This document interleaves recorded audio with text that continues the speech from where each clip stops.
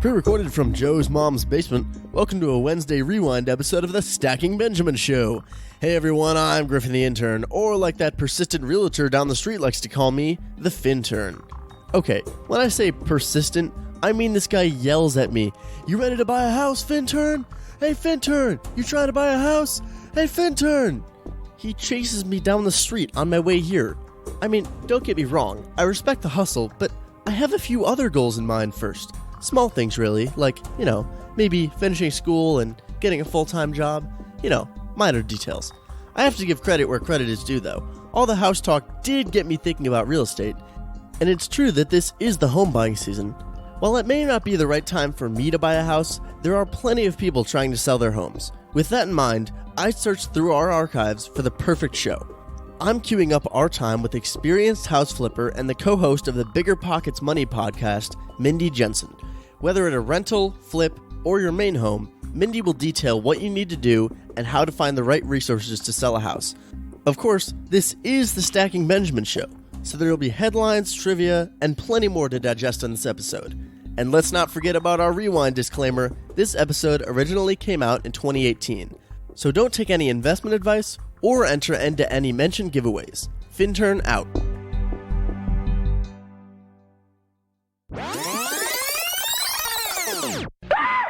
They're dogs, and they're playing poker!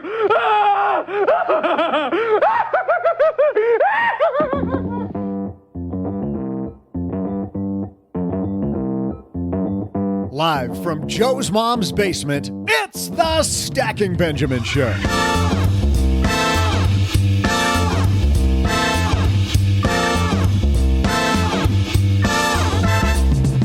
Hey there, real estate fans. I'm Joe's mom's neighbor, Duggan. With my personal brand riding an all-time high, I decided to ditch this low-rent neighborhood next to Joe's mom and build a new house.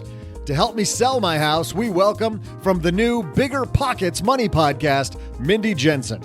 In headlines, evaluating tax software, our friend, freelance finance writer Hannah Rounds, visits the basement to share her analysis of the best and worst available. Plus, we're going to throw out the Haven Lifeline to Marie, who wonders about diversifying her investments. I'll bring down the mail with another listener letter. And in the best part of this podcast, I'm going to share some of my amazing trivia. Don't worry, we're going to get to it, folks. And now, two guys who should have sold their soul for another crack at last weekend, Joe and O-G.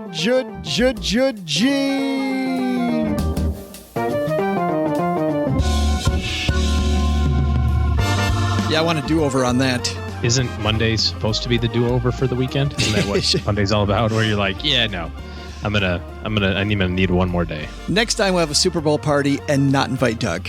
Please, God. Because, hey everybody, welcome to another Monday on the Stacking Benjamin Show. I'm Joe Saul-Sehy, Average Joe Money on Twitter, and across the card table from me, not looking hungover at all. You must have gone.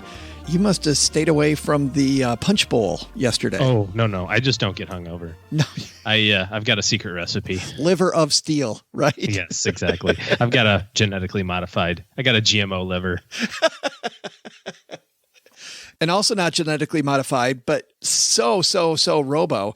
You're also familiar with M1 Finance, aren't you? Me gusta M1 Finance. Stop talking about gooses. We're talking about money. If you're looking for a better way to invest, you got to check out M1 Finance. They've completely rethought how online brokerages should work and make investing enjoyable, convenient, and low cost. The way it works is you build an investment portfolio by specifying what percentages of your money you want to go into certain investments, or you leave it to the pros by telling them what you need and they design it for you. And guess what? Now it's absolutely free with a capital FREE.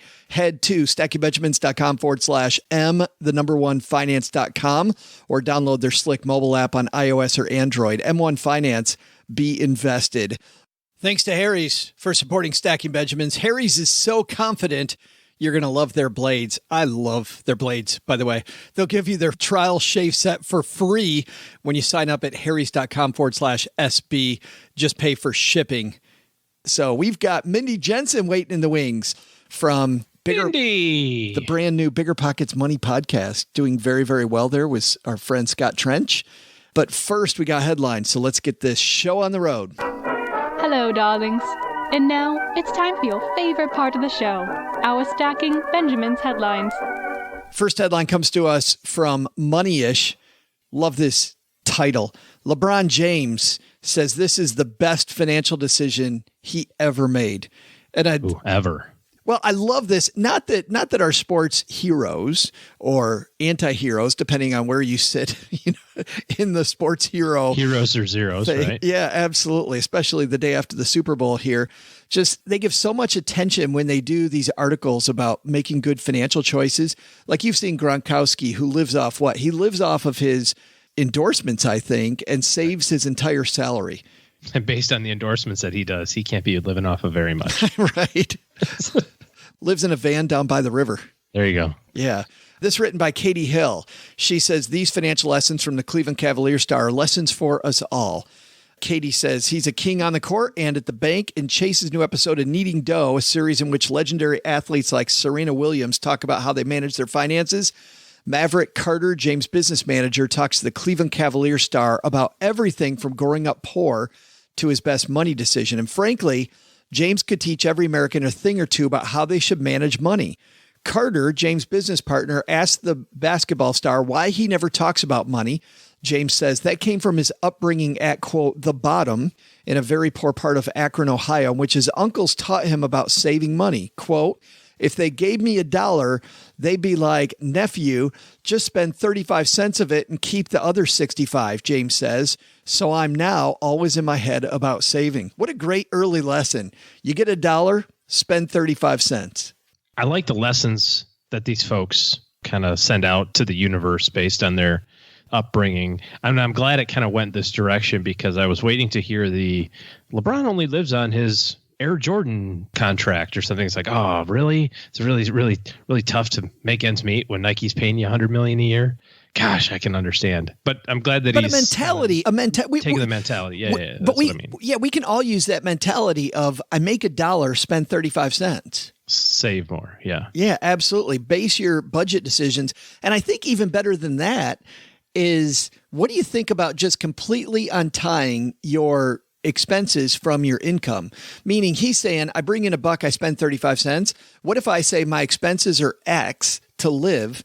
And that has nothing to do with, I mean, don't get me wrong. My income's got to be more, right? Right. And I got to be able to cover my long-term goals. But I think a lot of us, we get a nice big raise. And what do? We tie our expenses to our income stream. Well, this lines up with what you've said to me a number of times and on the show a little bit too.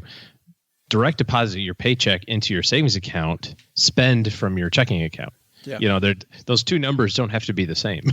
And a lot of times that's that rich dad, poor dad thing, right? Yeah. Where you want to keep your expenses are what they are. Just because you make an extra $100 this week or you drive for Uber or side hustle some money, that doesn't mean you have to go spend all that money right now. He also says he uses this trick when he's trying to curb impulse buying. When he's deciding on buying something he doesn't need, he says that growing up at the bottom always creeps into my head, and I end up just saying, I don't need it. There's nothing more I could give myself that would make me happier, which I think is also a great lesson. Because he already has like 4 Ferraris. What could I have that makes me happier? But even without 4 Ferraris, I think that to myself. I think, oh, man, that looks great. Man, I want that thing. And then I think, will that actually make me any happier than I am right now? Mm-hmm. Is there anything about having that sit on my shelf that will make me happy? And usually the answer is no, not really. Yeah. We're in that kind of mentality right now. We're kind of doing this backyard project, cash flowing it and kind of slowly getting through it. And we're thinking about spring break trips because I figured out why they put spring break where they put it. Because like by that time you're ready to, like you got cabin fever. You have to go do something, And so I'm already thinking, I know a lot of people have already been planning their spring break for a year. I'm all like, spring breaks in a couple of weeks. We got plenty of time. But I want to do something, but then I also want to keep working on this backyard project. And I know if I do a quote unquote vacation or whatever, it's just sunk money. It's just, it'll be fun. We'll have a good experience and that sort of thing. But it's gone. But then I still don't have my backyard done, right. And so it's quite a challenge. I'm not a always saver type of person. I kind of err on the side of, let's buy now. Let's go spend some cash. So for me, this is a really tough tough thing to go through. It's funny. James says he has purchases he regrets. To your point, OG, you and King James have so much in common. Yeah, we do. A house he bought in Las Vegas in 2005 being chief among them. He goes, who buys a house in Vegas? He says, laughing. And he has things he splurges on, namely a car collection. So sometimes regrets some of those decisions. But asked about his best financial decision on a leave. He gets his paycheck for $8.7 million. And who cares? Like, yeah, you know. Yeah.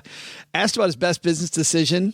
He doesn't hesitate. It's signing with Nike and getting down the Beats headphones. The Nike deal could be worth an estimated $1 billion, and James is reportedly set for a $30 million profit on Beats. And what's interesting that I want to focus on there, to me, the fact that the biggest financial decision isn't about saving more, it's about finding more income. And I think for a lot of people, that's the true answer, because we get so focused on clipping coupons or saving a few bucks on electricity. Let's go find ways to make more money. Yeah.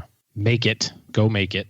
And in our second headline, it's tax filing time, and that means you might be looking at different tax softwares. And guess what? My favorite nerd friend, and she wears that badge very proudly, has been out looking at softwares for me. It's my good friend, Hannah Rounds. Welcome, Hannah. Hey, thanks so much for having me. Yes. And I love the fact that on behalf of all of us, you took a bullet and look at all of these tax softwares. Does that mean you need to get a hobby? I do need a hobby. Yeah, I definitely need one. So you're like, what's the best way to spend a Friday night? I know what we're going to do. We're going to look at tax software, but I'm so glad you did, because you've got a list of the best for 2018 and a list of the worst. And let's start off negative so we can end on a positive note, Hannah. What are the ones we probably want to stay away from? Yeah, so the tax software that I recommend staying away from are eSmart Tax, TaxAct, 1040.com, Easy Tax Return, Jax at Hewitt Online. All of those I say stay away from, just because they're overpriced and they don't have a great value proposition. Then the other one that I'm sad to say stay away from this year is Credit Karma Tax. And Credit Karma Tax is completely free. So I wish I could recommend it, but it's just buggy this year. So if you want to try it, go for it. But so many people have had technical issues with it that I just can't recommend it. With the other ones, you say that they're overpriced. Are there certain features I should be looking for, Hannah, that they just don't include? So it's not so much features as they have the same features as other software, but they're higher priced, or they just don't have a great interface. So they make it too difficult to file your taxes, and you're still paying for it.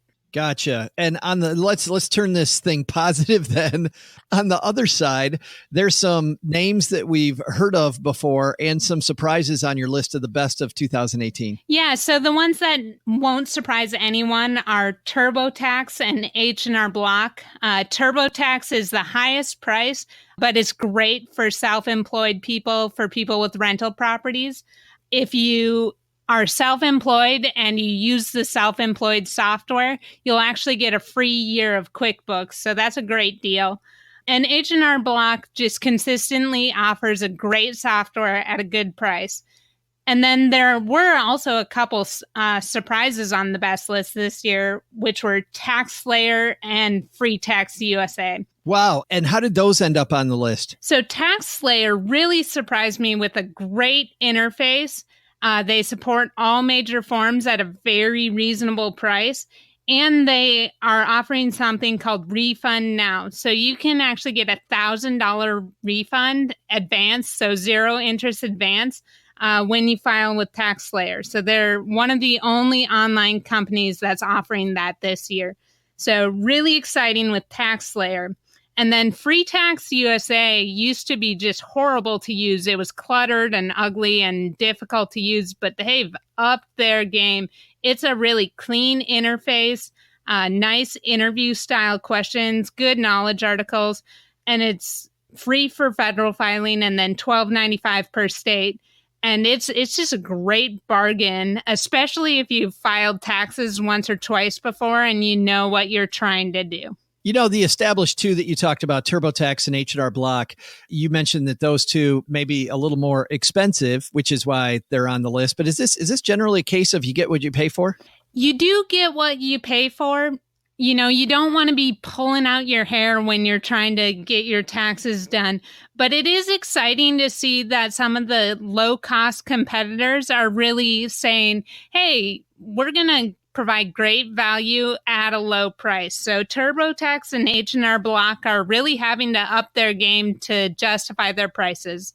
I'd say they're justified this year, but we'll see in the future. You said that some of them, though, are offering some decent discounts. I know that when you and I were talking about this segment ahead of time, TurboTax kind of gives you a deal on other stuff if you're a small business owner. Yeah, if you're self-employed, you get a free year of QuickBooks. So it kind of pays for itself if you're a self-employed person. Last thing for you, Hannah, is you have another name on the list we haven't talked about, TaxHawk. And it's funny because I never hear anything about TaxHawk, and it shows up on your best of list.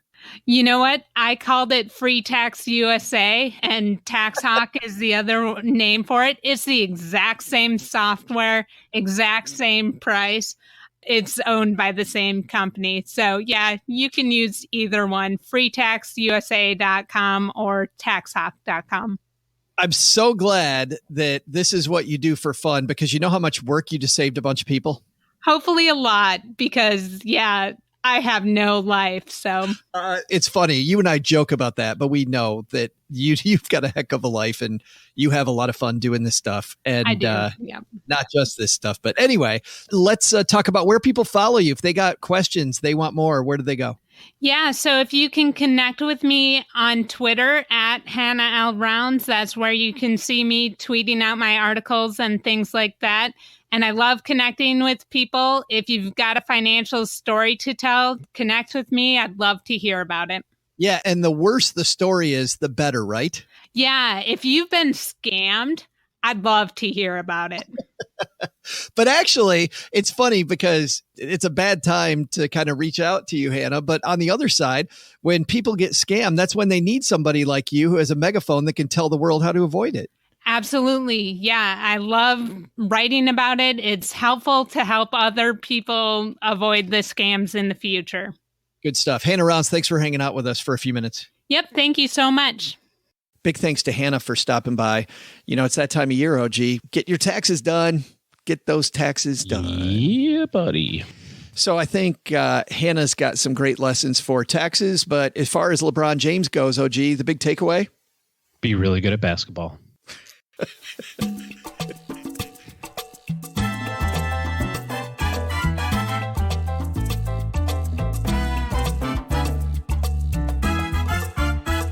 Man, if you don't know Mindy Jensen, you're about to. She's about to head down to the basement. Fixing to.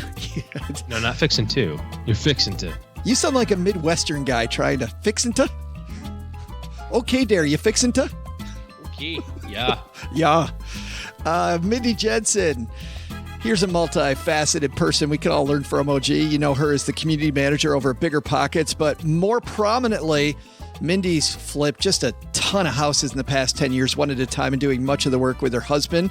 She lives in Longmont, Colorado, always looking for an ugly duckling to turn into a swan. Recently, she wrote a great book, How to Sell Your Home, the essential guide to a fast, stress-free, and profitable sale. And if you're looking to sell your house, even if you're not looking to sell it now, I think this is a fantastic, fantastic person to know. Mindy Jensen coming down to the basement. Mindy Jensen, have a seat. How are you? I am doing so well, Joe. I have to say that I'm super excited to be in your mom's basement. And it doesn't have that musty basement smell like most basements do. That's kind of cool. Everybody assumes that it will. It just smells like old beer, you know. Well, there's nothing wrong with that. Have you ever been in another basement that doesn't smell so pretty? Yes, which is why we try to listen. We got this great deal on rent, so mom makes sure that we keep it clean for her. That's kind of the deal. You can do. Absolutely. So you wrote this awesome book about selling your home, and you haven't sold one home. Approximately how many houses have you sold, Mindy? Personally, it's been 20 or 30. And when you started selling houses, did you do it to flip houses? Did you do it because you're a landlord, or did you do it because it was your profession? Well, when I started, I did it because I was flipping houses. My husband and I would move into a house, fix it up, put it on the market, and sell it after 2 years to take advantage of those sweet capital gains avoidance laws that we have. Or not laws, benefits?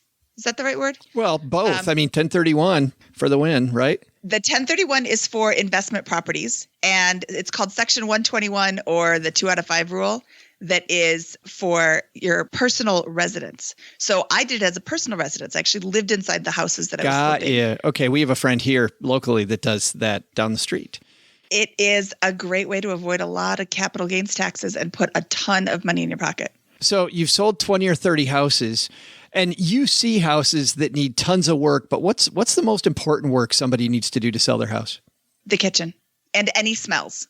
If somebody walks into a property and it smells like the cat lady used to live there, that's not a good thing. People will walk right back out. The bad news is most people, I think, don't know their smell, right? I mean, they've been there forever. What do you have to do? Have a really honest Gordon Ramsay kind of friend that says, listen, your house stinks? I gave that tip in the book. Yes, absolutely. You need to ask somebody to come over because you're right. You can't smell your own stink. Yeah. So, or aroma or, odor. Flavor. Yeah, flavor. Ew. I don't know where that came But you can't smell it. And every house has an aroma. It's an aroma that comes from you as a person. It's an aroma that could come from your animals. It's an aroma that could come from your cat litter box. If it's coming from your cat litter box, you could actually get immune to that, as so many people do, which is disgusting. But if you are getting ready to sell your house, you definitely want to have somebody come over, even your real estate agent. Just tell them, look, I've heard that sometimes people can have like an aroma in their house. I want to make sure that my home isn't unpleasant. And if the real estate agent says, yeah, about that, you want to follow their advice. As long as we're talking about that, yeah. And you say repairs are number one.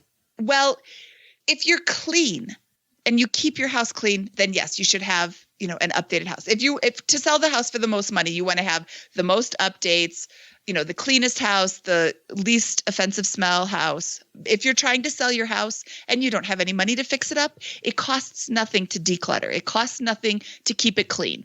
And I have seen so many houses where I walk in, I'm like, this is disgusting. How can people even live here? Several hoarder houses I've walked into and I'm like, okay, even I'm out. I can't believe when we've bought just our primary residences, or I am a landlord who owns one home, we'd walk into these houses, looking at houses. To your point, I think this is your best foot forward. Like, why wouldn't you have cleaned off the countertop? Like stacks of junk on the countertop while people are walking through your house trying to buy it. I'm like, really?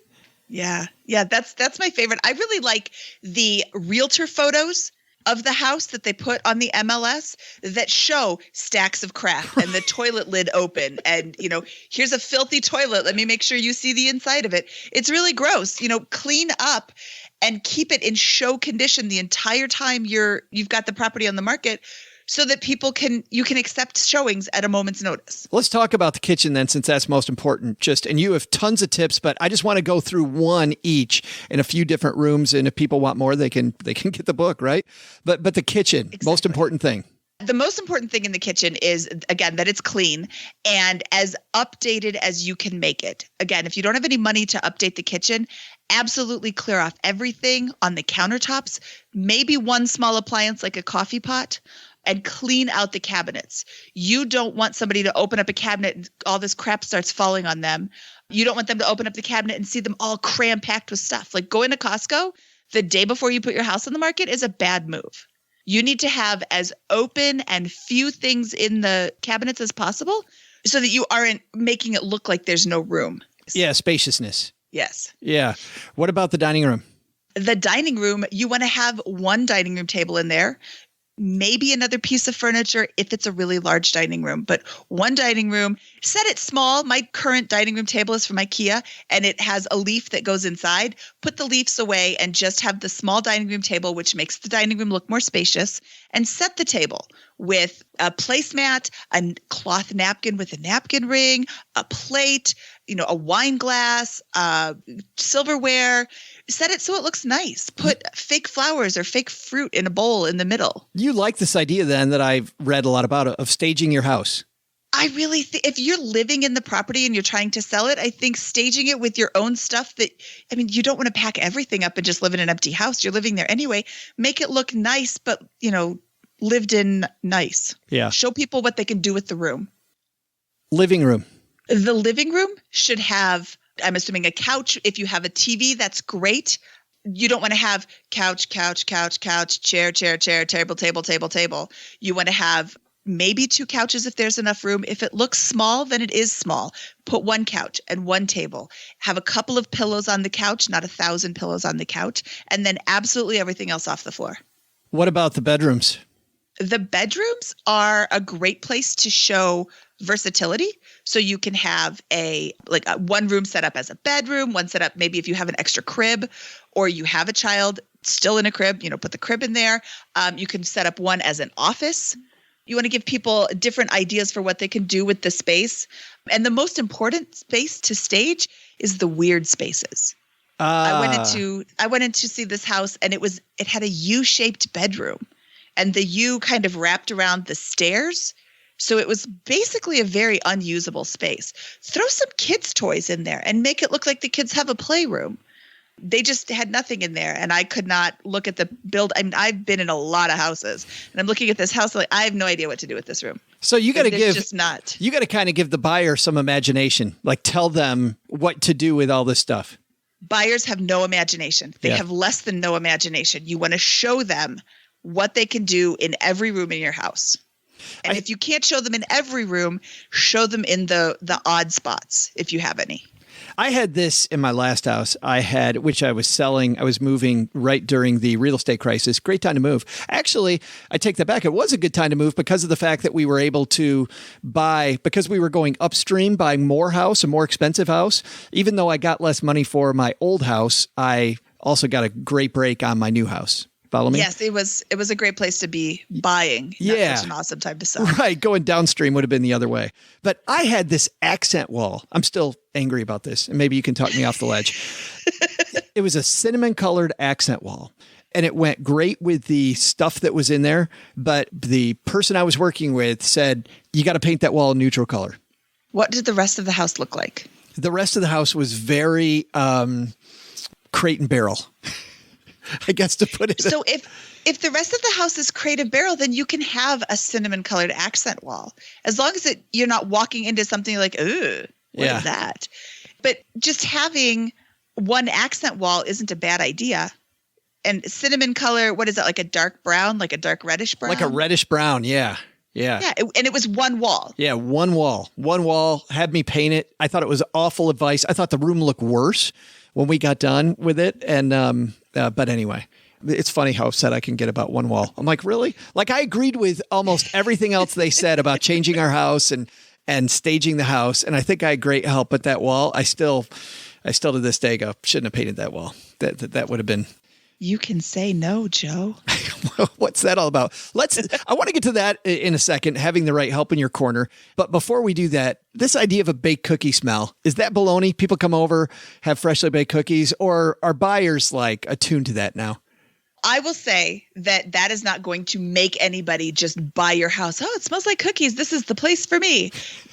If you have a house that smells like a cat box, people are going to walk out. Got you. If you have a house that smells like baked cookies, people are going to stay. Yeah. At least, to look at the house and then they'll leave. I don't think there's anything wrong with having a baked cookie smell. Let's talk about hiring the right people. You've got a list in the book of questions to ask when you're interviewing real estate agents. We don't have time to go over all of them, but maybe a couple questions that you're surprised people don't ask more often, Mindy. One of the most popular ones that I really like to recommend is asking the agent, what price would you sell my house and why? Because agents will sometimes say, oh, I'll sell it for $300,000. I would list it at $300,000. Well, is it worth $300,000? I sign up with them because I don't know any better. I hear the $300,000. Oh, everybody else is just trying to, steal money from me or, whatever your mindset is. And then it turns out that it's not worth the $300,000 that this agent said that you should list it at. It's only worth $275,000 that 8 other agents said you should list it at. I mean, I don't think you should interview 8 agents. Right. It's a little much, but I get it. If there's an outlier and you think it's great because it sounds like more money, you need to know why they think they can get that. And the thing is, when you list it high, and you might be tempted to think, oh, well, I'll just be able to accept a lower offer. They can write a lower offer. They're not writing lower offers. They're going to other houses. They think, oh, this person is way too invested in the house, or they don't understand, what the house is worth or whatever. I'm going to have a hard time negotiating with them. I'm just going to go on to a more appropriately priced house. So your house sits there, it gets stale. Even in our hot market of Denver right now, I have a neighbor down the street. I don't know how serious she is at selling. She lists her house every spring at this unbelievably high price. And it's not going to get that price. It sits on the market all spring, all summer, and then she takes it off the market for the winter and then comes back on. This will be the third year she's doing it. And our market isn't that hot. I mean, she's listing it like $75,000 over what it should be. When you list too high, you're not going to get people making lower offers. You're just going to get people saying no, thank you, and walking away. And then when it comes to that agent in your corner, you've got somebody. Am I hiring the more eager person, the brand new agent that's really excited and hoping to start, or does experience matter? It depends on your need to sell and your urgency to sell. If you don't really need to sell, you can hire somebody who is maybe less experienced but has more time for you. If you're hiring somebody from, that real estate sign that you see all over your city, they're going to be really, really busy. And you may be working with member of their team. You may be working with them, but they have 1,000 phone calls to return, so they might not get to you right away. When you're working with an eager beaver agent, you get a call right away. You get, personalized attention because you're their only client or you're one of two. On the other hand, that agent that's been an agent for a really long time has a lot of contacts. They know a lot of people. Hey, I've got this great house. Do you know anybody interested in moving to X neighborhood? So an experienced agent can help you get your house sold faster. It sounds like, especially if they're experienced in your particular neighborhood. You definitely want somebody who knows your neighborhood, because if you get somebody who's outside of your neighborhood, they might not price it right. They might not market it correctly. You really need somebody with experience in your area. Just briefly, what do you think about for sale by owner? I have personally participated in for sale by owner multiple times. It is a great way to sell your house if you don't have a super urgent need to sell.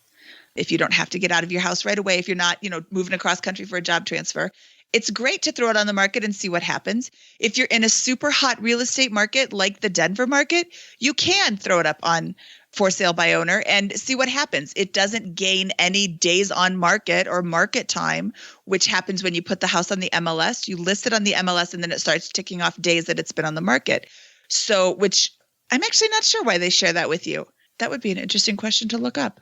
But it's a tip for other agents. Oh, this house has been on the market for 312 days. Something's wrong with it. Right. Or the seller is not negotiating, or, whatever. It tells you there's something wrong with this house. And the longer it's on the market, the longer it's going to be on the market because nobody's interested. Is that a trick too about, and maybe it's the trick with your neighbor, take it off the market, put it back on the market so it doesn't look like it's been on the market for 3 years? Oh, well, here's the thing. You can do that. But I, as the real estate agent, can look in the property history, at least on my MLS, and I know on almost all the other MLS systems, you can look into the property history and see, oh, it was on the market last year for this ridiculous price. It was on the market the year before for this ridiculous price. I bet they're not negotiators. Are you saying that buyers aren't as dumb as I want them to be? Is that what you're implying? I am not saying those words specifically.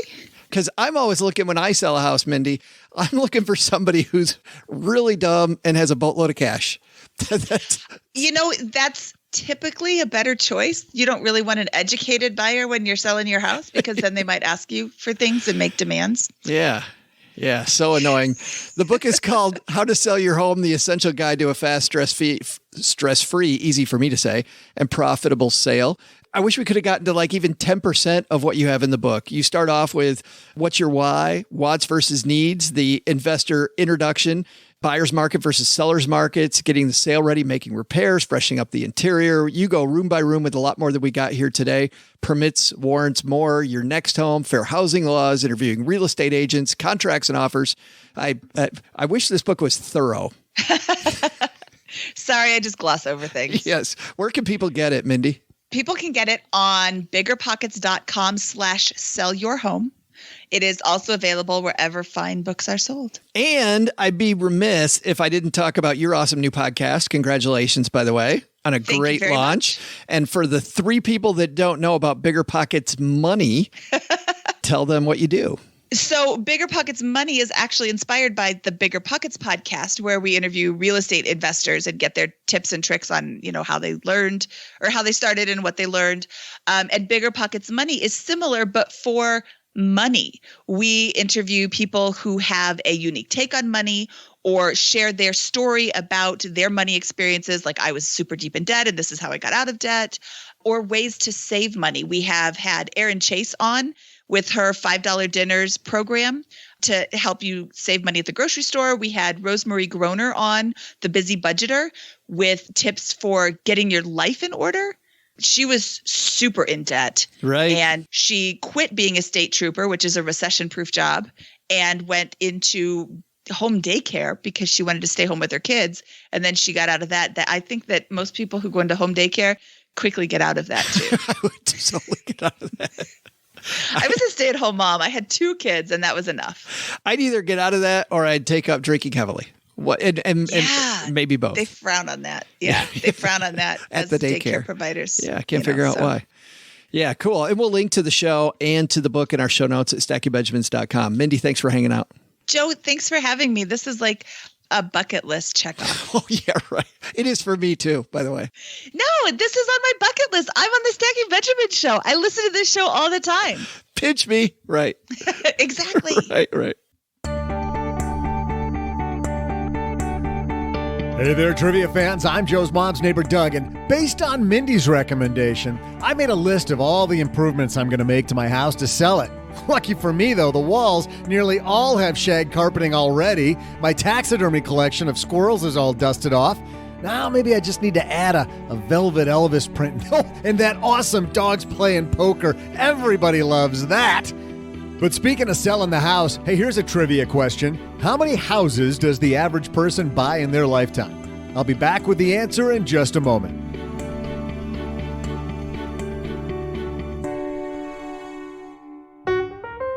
I said this earlier, and I'll say it again. I love the Harry's experience, love my Harry's razor, and especially the shaving gel is phenomenal. So big thanks to Harry's for supporting Stacking Benjamins. How does Harry's tie into your New Year's resolution? Well, if yours is to save money, Harry's can save you about $100 a year if you're a frequent shaver. And part of earning more money is taking better care of yourself, right? Harry's products have won countless grooming awards, and they're going to keep you looking great and feeling great, which I think is even better.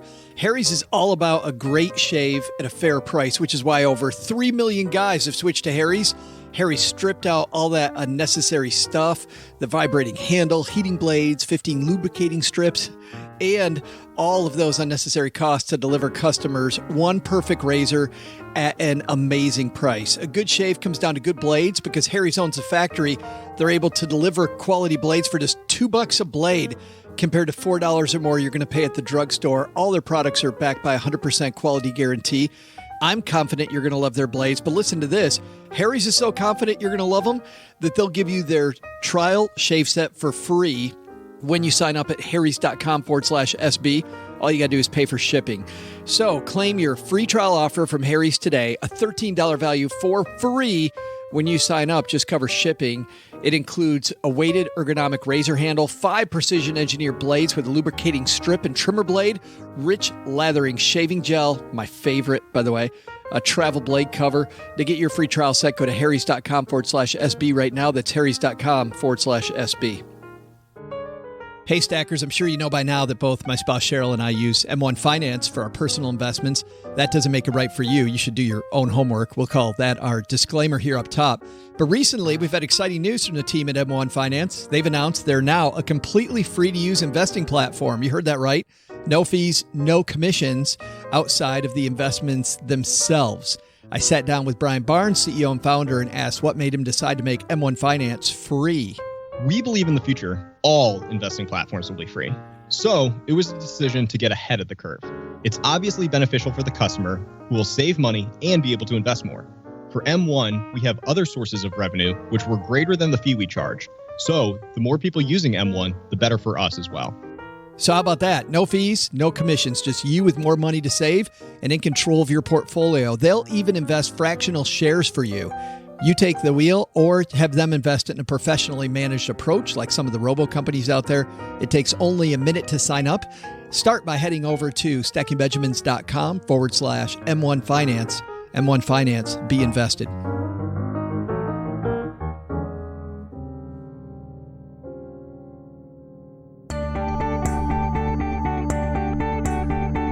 Hey, trivia heads, I'm Joe's mom's neighbor, Doug, and here's a question. How much Febreze does it take to knock out a wet carpet smell from last summer? Asking for a friend. Maybe I'll ask Joe's mom that question in a minute, for my friend. But hey, let's get back to your trivia question now, which was this. How many houses does the average person buy over their lifetime? If you answered 11, you're probably in the witness relocation program. But if you said 3, you'd be correct, my friend. Nice job. Hey, go brag to the office about your big win today because Joe's mom's very proud of you. Really, she is. She told me herself. See ya. Big thanks to Mindy Jensen for stopping by. If we're going to sell 3 houses during our lifetime, probably should know how to do it right.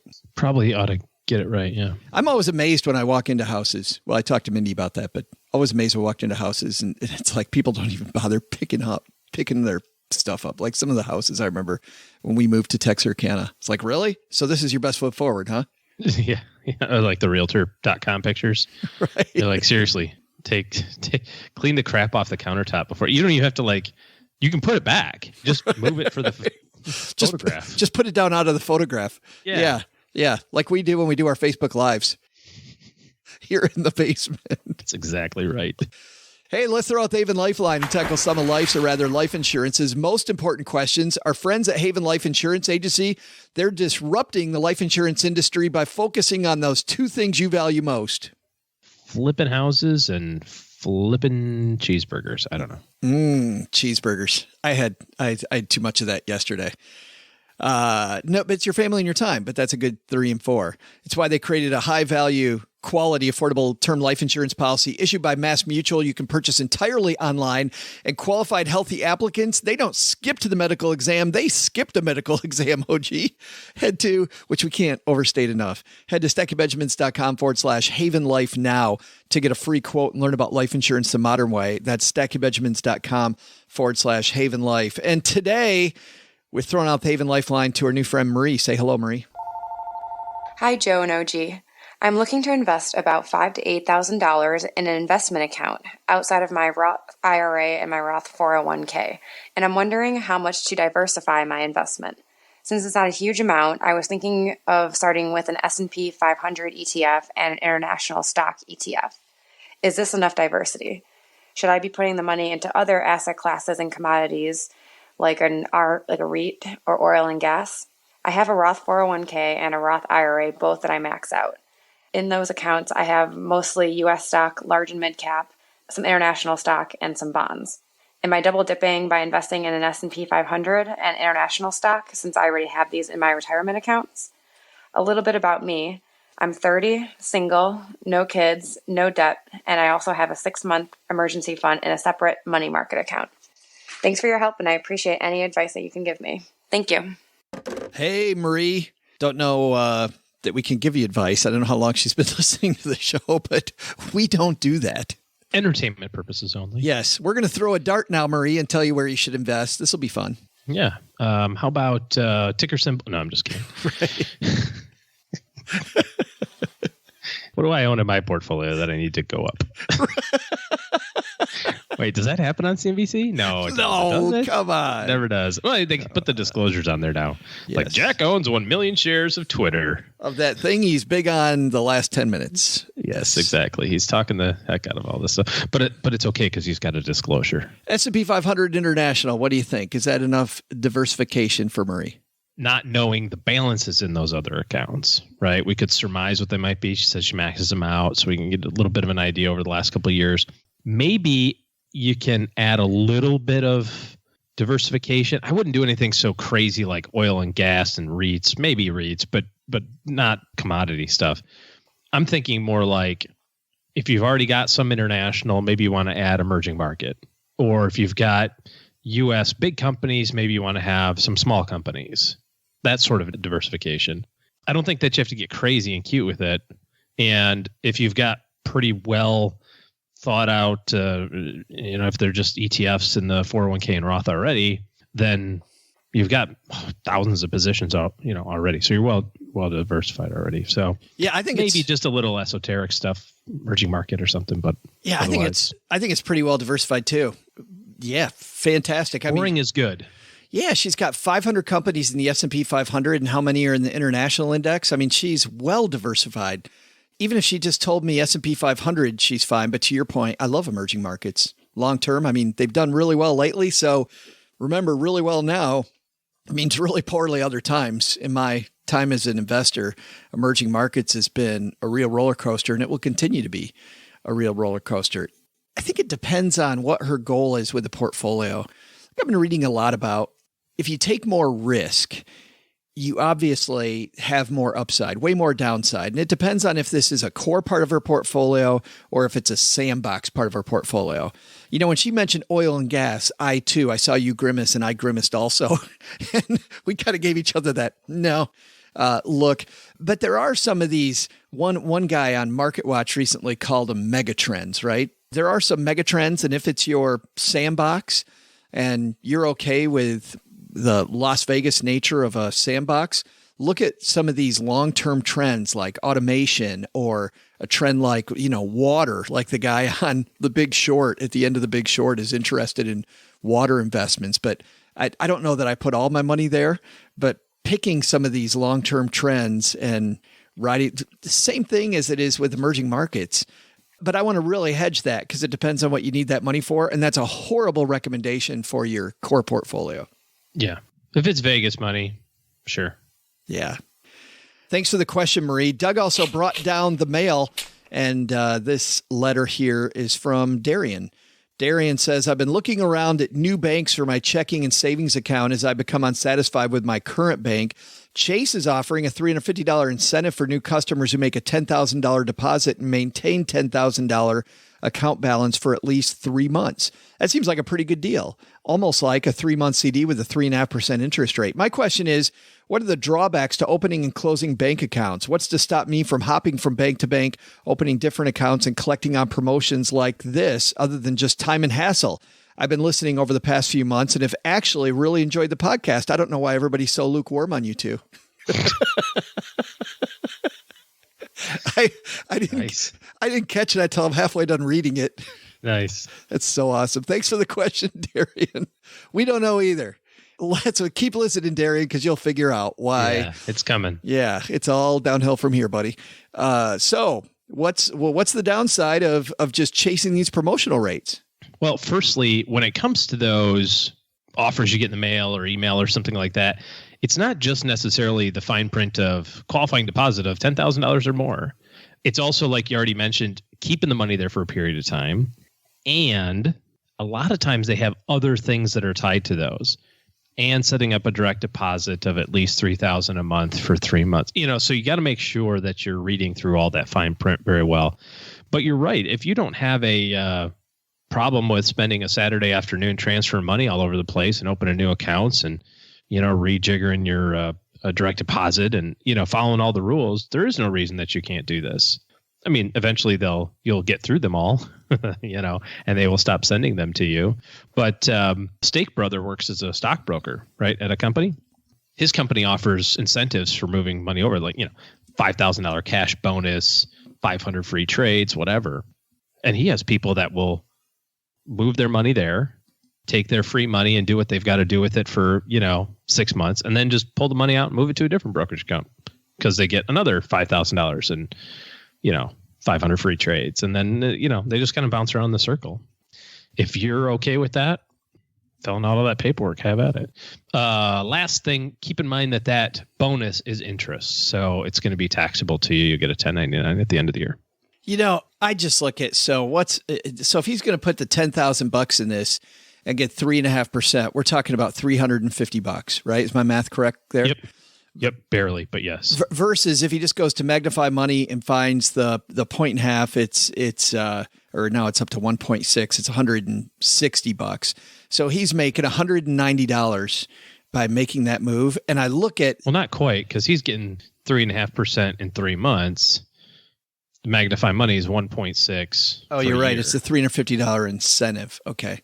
Well, I'm just doing the math on what's my time worth, and I think You're woefully incorrect, but what you think is that you're worth more than $150 an hour. Whoa. I'm sitting right here, man. Burn. If I spend more time on putting money into my portfolio and let my $10,000 just be my emergency fund and not pay much attention to it, I'm thinking I get further ahead. I mean, because if I'm focusing on these little, making 1.6%, 3.5%, versus making my 8% decisions, my 12% decisions, I stopping to pick up pennies and letting the dollars blow by, basically. Yeah. I mean, if I widen the lens and I look at the whole forest, like Mom says, instead of the individual branch of one tree, I probably am not worried about this at all. Well, and to your point, you could also argue, well, can't I also do a $20,000 balance transfer on my new credit card at 0% for 6 months and put that in the account and get 3.5%? Yeah, you can. Yep. Yeah, I can spend all day until you screw that up one time. Right. Well, and that one's way more dangerous, right? The credit card game is way more dangerous. Talking about is it worth trying to nickel and dime all this stuff? It could be, but I'm with you. I would rather. I get more utility out of laying on the couch watching a football game than a Saturday scouring the internet trying to find an esoteric credit union that's going to give me $150 more than the national average. Yeah. I mean, and that's an interesting point, because Darian might be saying, well, why sitting on the couch? How does that, I'm getting ahead of you by making these little moves.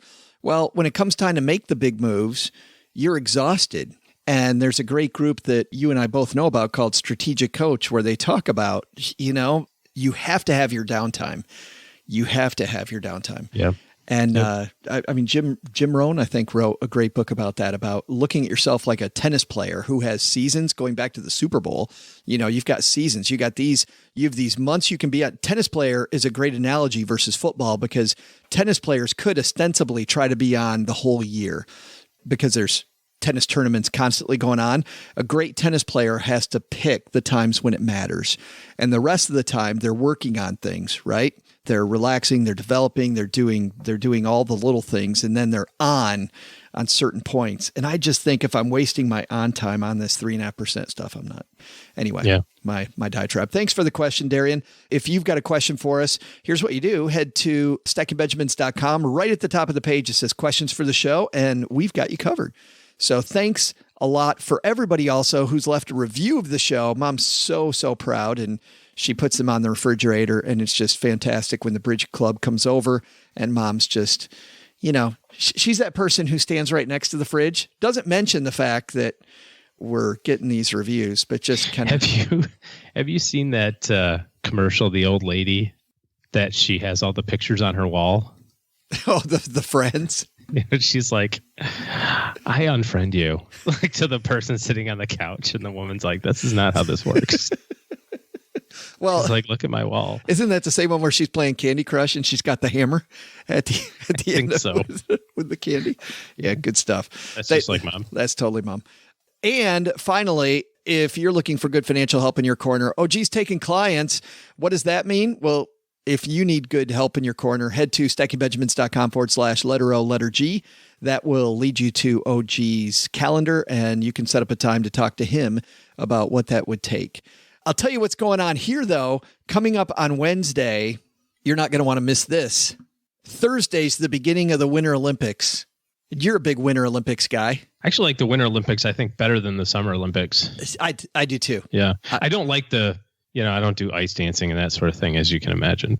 But I like the downhill skiing. Well, because if you're going to ice dance, you're just going to go. You're just going to go do it yourself. Like watching somebody else ice dance. Yeah. Oh, geez. Super jealous. Yeah. Oh, geez. Totally not watching. I could do this. Right. Yeah. The downhill skiing, the bobsled, skeleton. Super G is my favorite. Ice hockey. I'll take the men's and women's ice hockey. Well, guess what? Speaking of bobsled, we have the American silver medalist in the 2-woman bobsled. Lauren Williams is our guest. She's a financial planner in Dallas, Texas. And guess what? She's going to talk about Winter Olympics and achieving your podium-winning performance with your money. Lauren Williams. She also, by the way, Olympic sprinter. She's done Summer Olympics, Winter Olympics. We're going to talk to her not just about her Olympic experience, but also about and what it's like going down the bobsled. I can't wait to hear that. And we'll talk money and the Olympics with Lauren on Wednesday. That's what's coming up on the show. Doug, let's wrap this baby up. What should we have learned today? So, what should you have learned today? First, let's take some advice from Mindy Jensen. If you're selling your house, deal first with the repairs and then with the kitchen. And declutter, people. My God, clean up after yourselves. You're pigs. That's the first stop towards a faster home sale. Second, though, take advice from Hannah Rounds. Just because tax software isn't free doesn't mean it's worth using. Consider your time and investment, too, when choosing which program to help you with your taxes. But the big takeaway? Don't take down the shag carpeting from your walls unless you know what it's covering up. Some kid must have thrown some old painting up there that, I don't know, it's like this stick figure woman. Her eyes and her nose were both on the same side of her face. It was bizarre. It looked like the signature said Picasso, Picarso. I don't know. I can't read it. Anyway, this goes in the trash. I'm throwing that beautiful shag back up on the wall. Special thanks to Mindy Jensen for stopping by. You'll find Mindy's book, How to Sell Your Home, wherever books are sold. Check her podcast, BiggerPockets Money, wherever you're listening to this show.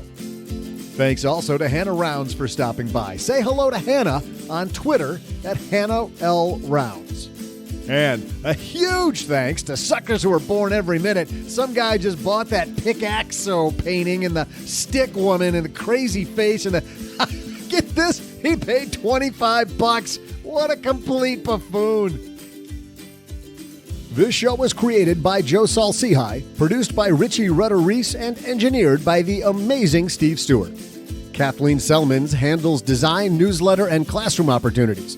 If you'd like to learn more, head to stackingbenjamins.com/classes. Online, visit us on Twitter at @SBenjaminsCast or on our Facebook page. Shannon Cowan is our community manager and social media guru. I'm Joe's mom's neighbor, Doug, and I swear the worst part about coming over to Joe's mom's house is having to put on pants. SB Podcasts may receive payment on the show from sponsors and guests in the form of books, giveaway items, discounts, or other remuneration. There's no way you would take advice from these dorks, but like Joe's mom always says, don't take advice from people you don't know.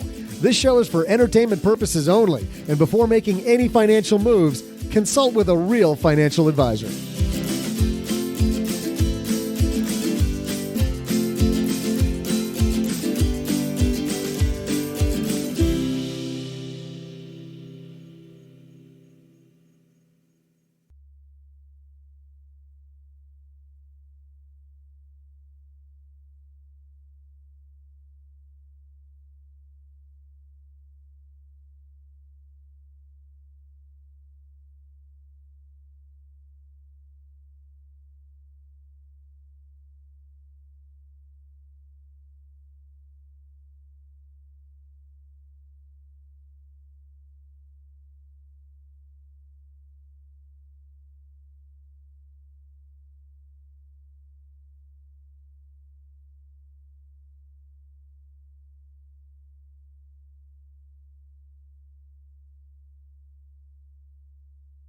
So, I've created this new show, Money in the Morning. And thanks to everybody who sent me messages telling me how much they like the new show. It's actually way easier to produce than this show, but partly because the deal when I made Money in the Morning was that it was going to be live, one take, and in front of a live Facebook audience. So whatever happens, happens. And we actually, in the first 2 weeks, I've had to have 2 takes on a few occasions. Partly because I capture the audio on a better quality, because Facebook Live audio, not that great, but I capture the audio on a special player that we use for this podcast so that we get a better, people listening on Apple Podcast or wherever, get a better experience. So I have had to do it twice because I'll look down halfway through the live Facebook thing and I go, oh crap, I'm not recording this. So I get to do it again. So, which is always weird when Nick hasn't started his job yet, my son. And he said, yeah, Dad, I was sitting in the living room doing something and I see Dad's on Facebook Live. And then 5 minutes later, Dad's on Facebook Live doing it again. But because it's live, it makes it super easy to edit. Richie and I take maybe 10 minutes uploading it. I mean, it's the whole thing is not that difficult. But the bad news is stuff happens. And I got to tell you, OG, the biggest nightmare has already happened and the show's only 2 weeks old. Last Friday, I was getting ready for the live taping, wrote all my stuff out, prepared as much as I possibly could, got the articles ready on the screen that we're going to talk about, had the agenda all written out that we can put on the screen for people watching, all set to go. Mom's doing some cleaning. Unbeknownst to me, just before we start taping, opens up the door and lets the cat Cooper into the basement. And that's happened already on one other occasion where I'll notice people go, oh, kitty. And I look behind me because you've got the video going. I look behind me on the video and there's the cat behind me. No big deal. So in this particular case, I start up and I go, oh, crap. When people in the live Facebook audience go, oh, kitty, hey, it's the cat, Mom's cat. Yeah, that's great. And so I get through the first headline, which is about wealthy Americans have more student loan debt than any other group. And talking about that, what doesn't seem to make sense. But then walking through that, and then we get on to the second one, and I'm halfway through the second one when somebody says, "What's your cat doing behind you?" And I look behind me, and the cat has his favorite blanket, and he's making it happen. No, come on, dude. Right behind me on Facebook Live. It's such a flippin' nightmare. Like it couldn't be the worst nightmare. I'm talking finance. And at first I'm like, well, it's live. Maybe it'll go away and whatever. And I thought, no. I don't want to walk into a gas station like 6 months from now and somebody goes, hey, I know you.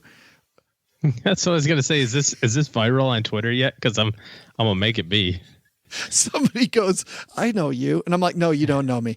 Yeah, I know you. You're the guy from the cat video. The cat video. Yeah. You're the cat Barry White video guy. Yeah. Like, no, that's not me. So I'm in the middle of and I just keep talking. I don't remember what I said, but with my right hand, I'm slowly taking my mouse and I'm going over. And for those people, I think we had 10 people live. For those people that were there, they know the video then like abruptly ended in the middle of my sentence. And I went over because we use a separate module to record it. And I go immediately over to Facebook and delete that video. That video is long gone because what a nightmare that would have been. Darn. Yeah. That would have been funny actually to see. Video is long gone. And now every time I make sure Mom's not opening that. Please. Door's got to be closed to the basement. Do not. Because the kitty might... Nature might run its course. Yeah. During the want some alone time. During a stacking Benjamin. He didn't want a alone time. He wanted to be a star. He's like, are you kidding me? Check this out, guys. Watch this. Look what I'm doing. I could get my own video series. I know. He's got his own YouTube channel.